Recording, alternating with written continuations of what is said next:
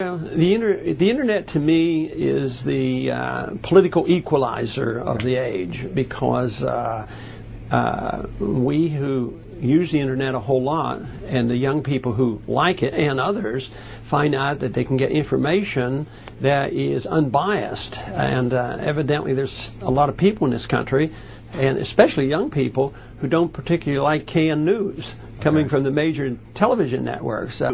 With even election results becoming more and more questionable, the Constitution a thing to be manipulated, ignored, and frivolously amended, even democracy itself seems to be on the run. So where's the one place you can go and tell your version of the truth, rail against liars, fakes, and propagandists with your own unique propaganda, sign your name to it, and let the whole world know how you feel? That's right, the internet. Perhaps responsible for the most substantial shifts in culture in the last several decades. There's so much freedom and potential on the World Wide Web that one is barely able to get one's head around it. Who in their right mind would dare to regulate or charge websites to be on the internet? Who would dare to rain on a parade so fantastic that many of us would not know what to do without our high-speed connection and our lives on the internet? Actually, some very powerful forces. Telco companies want to make you pay for your site to be carried on the internet. If you can't afford to pay, guess what? That's right, your cyber history, pal. The Bush administration wants major internet and phone companies to keep track of where their customers surf, all in the name of the war on terror. Comcast, Time Warner, others are doing it right here in Texas. Comcast is doing it in New York. The two major companies have announced 2 weeks ago in Canada that they're going to decide what sites you visit, and they're only going to allow a couple thousand sites. It's a consortium of private corporations, universities, and government, and DARPA, and other foreign governments that, quote, the internet is dead. And they say they're going to not fix the old hubs of the internet. They're going to let those degrade. They say that's their right to do that. They also want the authorization by the federal government and the FCC. That Comcast just got told Friday that they have to stop doing what they're doing, filtering out the majority of the web. And they are saying they're going to disregard the FCC. They don't have that regulatory power. So the web was built to be free and open. You pay for it with your websites you pay for. The people that are serving you pay for it with their servers and their bandwidth. You pay for it with your internet connection. We're getting more internet connectivity. We're getting more bandwidth, not less. They try to have Ted Stevens come out and say, oh, the pie's small. It's not getting bigger. We have to restrict it. Now he's indicted for all his crimes, and there's no alleging those. We need listeners to understand this is happening. This is coming down now. This has been declared. PrisonPlanet.com, Infowars.com, Infowars.net, JonesReport.com. These sites are scaring the globalists to death. They are shutting us down. They are censoring us everywhere. Appreciate our Google videos. Appreciate the YouTube videos. They're not going to be there forever, folks, if they're able to win. They're moving now. We better get the word out while we've still got some punch. You understand? You can forget Congress. You can forget the executive. It's all bought and paid for. We've got to take the country and the world back at the grassroots. They're moving to block us, and they're moving to block us because we are having an effect.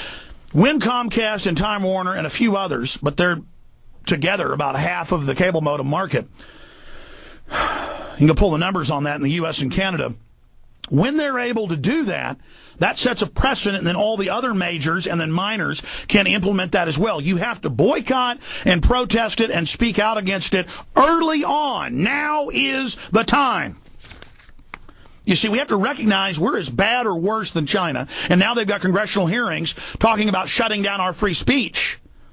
We've got all the major pundits calling for my arrest for the things I say, because we're hurting these people, because we do have power because of you, the listeners, taking action. We're walking point. We need your support.